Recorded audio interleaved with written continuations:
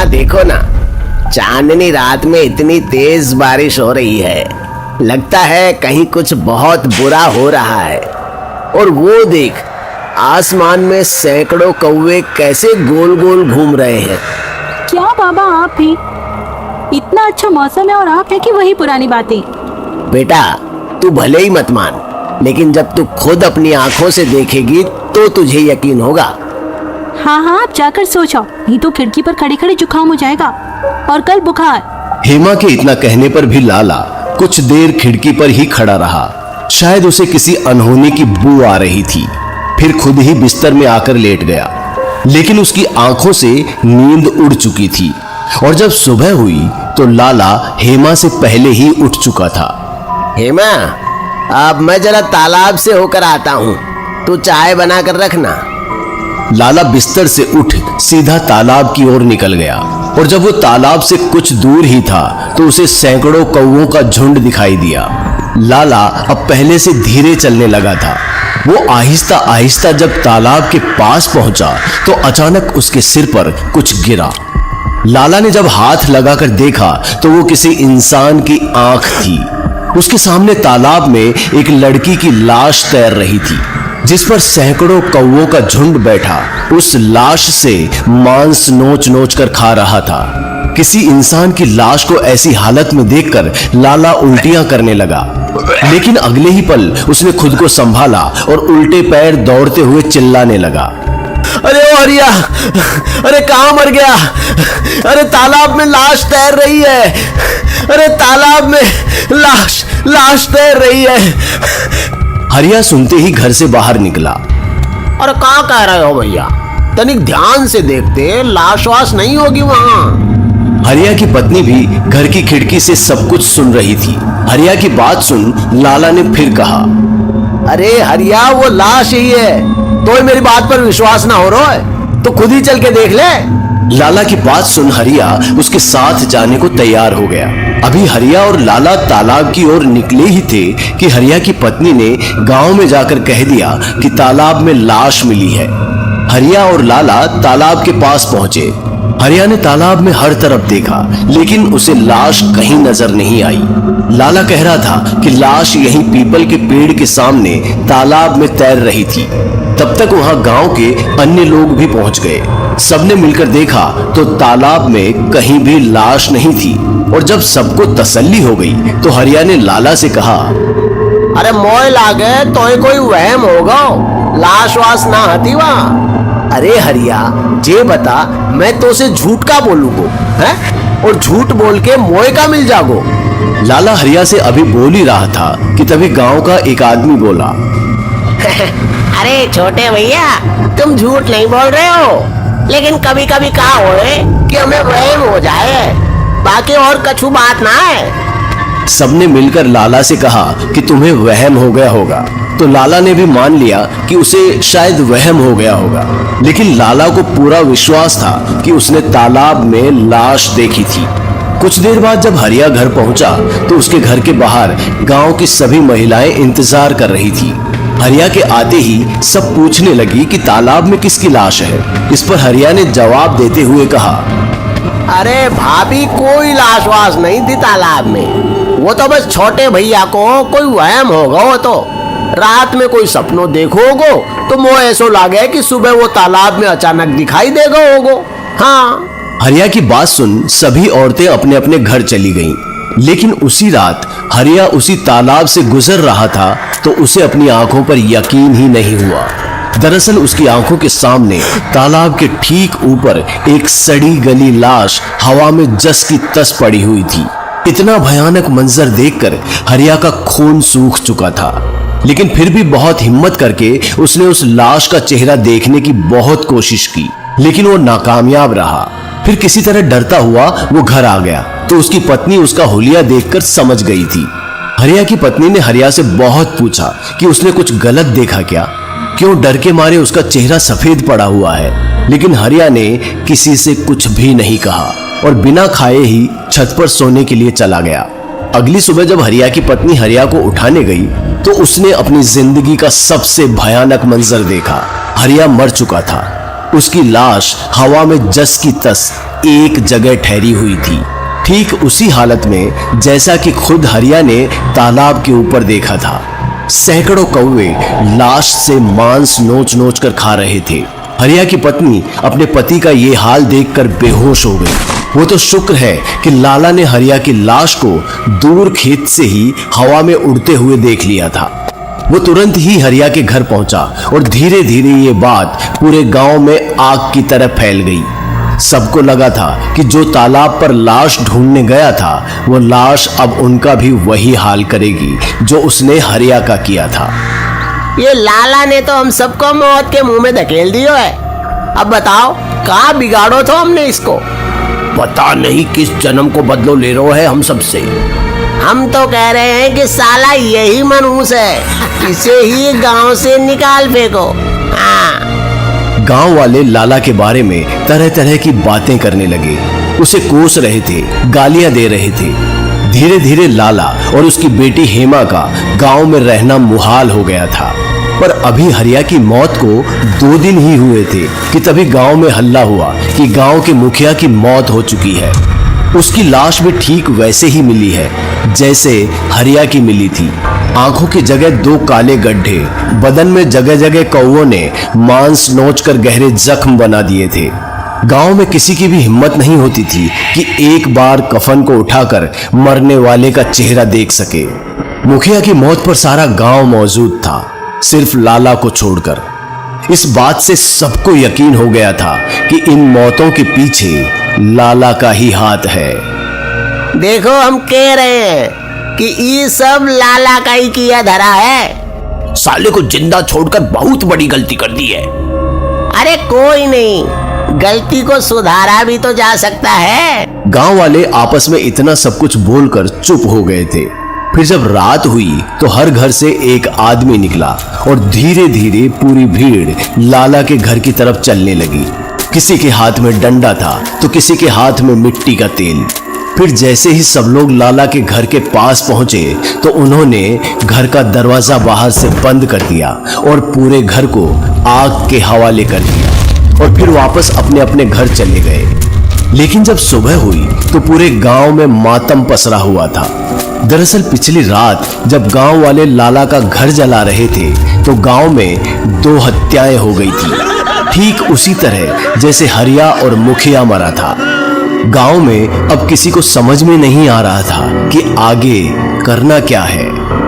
ना जाने किसको श्राप लगो है, कौन है इन सब के पीछे। आखिर इस गांव ने किसी का क्या बिगाड़ा है। पुरखों की सारी जमीन जायदाद सब यही है, आखिर इसे छोड़कर जाएं तो कहां जाएं? गांव का एक आदमी रोता हुआ सबसे कह रहा था। पूरे गांव में मनहूसियत फैल गई थी। डर इस कदर बढ़ चुका था कि दिन में भी कोई घर से बाहर नहीं निकलता था। लोगों ने अपने बच्चों को रिश्तेदारों के यहाँ भेज दिया, रात को सोना छोड़ दिया। तरह तरह की माला और शमशान की राख, काले घोड़े की नाल और पता नहीं क्या क्या अपने दरवाजों पर टांगने लगे, खुद पहनने लगे। लेकिन इन सब का कोई नतीजा नहीं निकला, क्योंकि मुखिया को मरे अभी 2 दिन ही गुजरे थे कि गांव में फिर से 2 मौतें हो गई। पिछले 1 हफ्ते में गांव में 6 लोग मर चुके थे। अब तक किसी को पता नहीं था कि इन मौतों की वजह क्या है। अब सबके डर की इंतहा हो चुकी थी।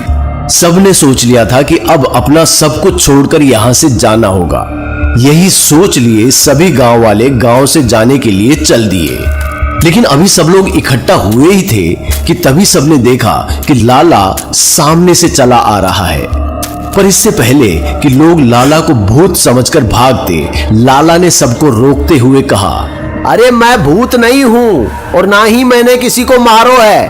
और अगर आज मैं जिंदो हूँ तो हरिया की पत्नी की वजह से हूँ, जिसने पहले ही मुझे तुम लोगों के इरादे बता दिए थे। लेकिन मैं खाली हाथ नहीं आयो हूँ, इस अनहोनी की वजह को ढूंढ कर लायो हूँ। लाला की बात सुनते ही सबके कान खड़े हो गए थे। पर लाला इससे पहले कि आगे कुछ कहता, लोगों ने देखा कि लाला के पीछे से एक अघोरी चला आ रहा है। यो है अघोरी नंदा, यो ही हमको बताएंगे कि आखिर हम लोग किस श्राप से ग्रस्त हैं। लाला ने अघोरी को देखते हुए गांव वालों से कहा, पर अघोरी को देखते ही गांव वाले डर गए थे। इधर अघोरी गांव के लोगों को बड़े गौर से देख रहा था। फिर एकदम से चिल्लाकर बोला, मरोगे, तुम सब मरोगे। तुमने उस चित्राक्षी को मरने के लिए छोड़ दिया था। चित्राक्षी? ये चित्राक्षी कौन है? गांव के आदमी ने अघोरी से पूछा। इस पर अघोरी ने कहा, वो गुस्सा है, बहुत गुस्सा है। तुमको क्या लगता है तुम इस गांव को छोड़ दोगे तो तुम जिंदा बच जाओगे? नहीं, तुम दुनिया के किसी भी कोने में चले जाओ, वो तुमको जिंदा नहीं छोड़ेगी। पर अघोरी बाबा, हमने तो किसी को नहीं मारा। मारा नहीं तो क्या, उसकी मदद भी तो नहीं की। उसकी शक्तियों ने इस गांव को श्रापित कर दिया है, जिसका कोई इलाज नहीं। तुम लोगों के पास मरने के सिवा और कोई रास्ता नहीं। अघोरी नंदा ने गांव वालों से जब ये कहा तो पूरा गांव एकदम रोने लगा।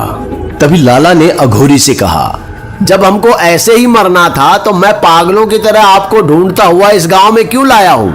लाला की बात अघोरी को बुरी लगी। पर तू समझ नहीं रहा लाला, बस एक मौत और फिर उसे अपना शरीर मिल जाएगा। तब उसे रोक पाना किसी के बस की नहीं, मेरे भी नहीं। लेकिन अभी भी एक मौत को फर्क है अघोरी बाबा, तब तक तो हमारी मदद कीजिए। लाला की बात सुन और गांव वालों को रोता देख अघोरी नंदा सबकी मदद करने को तैयार हो गया। शाम अब रात की काली चादर ओढ़ रही थी। अघोरी नंदा ने सभी गांव वालों को तालाब के पास ही खाली खेत में इकट्ठा कर लिया और शमशान की राख से एक बड़ा घेरा बनाते हुए कहा, सुनो, चाहे कुछ भी हो जाए, तुम में से कोई भी इस घेरे से बाहर नहीं आएगा। अगर किसी ने भी ये घेरा तोड़ा तो सब के सब मारे जाएंगे। अघोरी की बात सबने ध्यान से सुन ली थी। सब गांव वाले घेरे के अंदर ही डरे सहमे बैठे हुए थे और सभी गांव वालों के बीच में अघोरी नंदा ने यज्ञ करना शुरू कर दिया। फिर अघोरी नंदा ने जैसे ही मंत्र पढ़ने शुरू किए तो पूरे आसमान में कौवों की आवाज गूंजने लगी। लेकिन अघोरी नंदा रुकने का नाम नहीं ले रहा था। उसके मंत्रों की गूंज पूरे आसमान में गूंज रही थी। फिर अचानक ही सभी गांव वालों की सांसें रुक गई, क्योंकि सब तालाब से निकलती लाश को देख रहे थे। क्यों मदद कर रहा है तू इन सब की? जब इन्होंने मुझे मरने के लिए छोड़ दिया, उस रात मैंने मदद के लिए इनको कितना पुकारा, लेकिन किसी ने भी मेरी मदद नहीं करी। मेरे साथ साथ मेरे पेट में पल रहा मेरा बच्चा भी मर गया। मैं एक चित्राक्षी हूँ, एक चित्राक्षी। मैं इनमें से किसी को जिंदा नहीं छोड़ूंगी, किसी को भी नहीं। चित्राक्षी ने इतना कहा और आसमान में उड़ रहे सारे कौवे एक एक कर गांव वालों पर हमला करने लगे। घेरे के अंदर अफरा तफरी मच गई थी, लेकिन अभी तक घेरा किसी ने भी पार नहीं किया था। अब इसमें इनकी क्या गलती है? उस रात नियति को यही मंजूर था। एक तो बारिश, ऊपर से तेज हवाएं। अरे हम में से किसी तक तेरी आवाज ही ना पहुंची। लाला ने बड़ी हिम्मत कर उस चित्राक्षी से कहा। इस पर चित्राक्षी ने और गुस्से में कुछ मंत्र बुदबुदाए और आसमान में उड़ रहे कौवे घेरे पर गिरने लगे, जिससे वो घेरा धीरे धीरे मिटने लगा। तुझे क्या लगा था कि तू 7 शरीरों की बलि लेकर वापस से इंसानी जिस्म पालेगी? ये प्रकृति के विरुद्ध है। इस दुनिया में जो भी आया है उसका इस दुनिया से जाना तय है, जिसे तू तो क्या खुद भगवान भी नहीं बदल सकते। अघोरी ने इतना कहा और आग में अपनी कलाई काटकर खून की आहुति डाल दी। आहुति की आंच से आसमान में उड़ रहे सारे कौवे हवा में ही जलने लगे। पूरे आसमान में आग लग गई और कौवों की चीख गूंजने लगी। इतनी रोशनी हो गई कि मानो दिन हो गया हो। लेकिन इसी बीच लाला से एक गलती हो गई। जाने अनजाने लाला का एक पैर शमशान की राख के घेरे के बाहर चला गया और जैसे ही चित्राक्षी ने यह देखा तो तुरंत ही लाला का पैर पकड़ उसे घेरे के बाहर खींच लिया। लाला अब चित्राक्षी के कब्जे में था। सब ये लड़ाई हार चुके थे। सबको पता था कि लाला ही वो 7वीं आहुति है। जिसके मरते ही चित्राक्षी को शरीर मिल जाएगा और फिर यहाँ से कोई भी जिंदा बचकर नहीं जाएगा। आखिर तू अपने मन का करके ही छोड़ेगी। हाँ, जा ले ले एक और शरीर, पर इन बचे हुए लोगों पर रहम कर। इन बिचारों ने तेरा क्या बिगाड़ा है? अघोरी अब उस चित्राक्षी से बाकी गांव वालों की जान का सौदा कर रहा था, पर इससे पहले कि चित्राक्षी कुछ कहती, लाला ने चुपके से जमीन से नुकीली लकड़ी उठाई और अपने पेट में घोंप ली। चित्राक्षी के मारने से पहले ही लाला मर रहा था। लाला को मरता देख चित्राक्षी ने आसमान की तरफ देखा, फिर लाला के मुर्दा जिस्म की छाती पर बैठकर आंखें बंद कर कुछ मंत्र बुदबुदाने लगी। मगर लाला अभी जिंदा था और अघोरी ये जानता था। इसलिए जब चित्राक्षी ने अपनी आंखें बंद की तो अघोरी नंदा ने सभी गांव वालों के हाथों में जलती हुई लकड़ी पकड़ा दी और सबको धीमी आवाज में कहा, सुनो, ये तुम लोगों के पास जिंदा रहने का आखिरी मौका है। लाला के जिस्म में अभी तक कुछ सांसें बाकी है, इसलिए मैं अपने मंत्रों से उसे कुछ और देर जिंदा रखूंगा। लेकिन चित्राक्षी जल्दी ही लाला का शरीर अपनाना चाहेगी, इसलिए जब चित्राक्षी की आत्मा उसके जिस्म से निकल चुकी होगी और लाला के जिस्म में जाने को तैयार होगी, उसी बीच हमें उस चित्राक्षी की लाश को जलाना होगा। तभी तुम लोग इस श्राप से मुक्त हो पाओगे। अघोरी की बात सबने सुनी और सब अघोरी के इशारे का इंतजार करने लगे। अघोरी जब पूरे जी जान से अपने मंत्रों का उच्चारण कर रहा था, तब गांव वाले भी चित्राक्षी पर नजर गड़ाए हुए थे। फिर जैसे ही अघोरी ने इशारा किया तो गांव वालों ने लाला का हाथ पकड़ा और उसे अपनी तरफ खींच लिया। फिर तुरंत ही चित्राक्षी पर जलती हुई लकड़ियां फेंक दी। चित्राक्षी की लाश अब जलने लगी थी। उसकी लाश से सैकड़ों काले साए चीखते हुए निकल रहे थे। वहीं अघोरी नंदा अभी भी लगातार मंत्रों का उच्चारण कर रहा था और तब तक करता रहा जब तक कि चित्राक्षी की लाश से काले साए निकलना बंद नहीं हो गए। चित्राक्षी के श्राप से छुटकारा पाते ही गांव वाले लाला को अस्पताल ले गए, लेकिन फिर उस रात के बाद अघोरी नंदा कभी किसी को नहीं दिखा। लेकिन आज भी गांव के तालाब के आसपास कोई नहीं घूमता। दरअसल गांव वालों का कहना है कि तालाब से अभी भी उस चित्राक्षी की चीखें सुनाई देती है।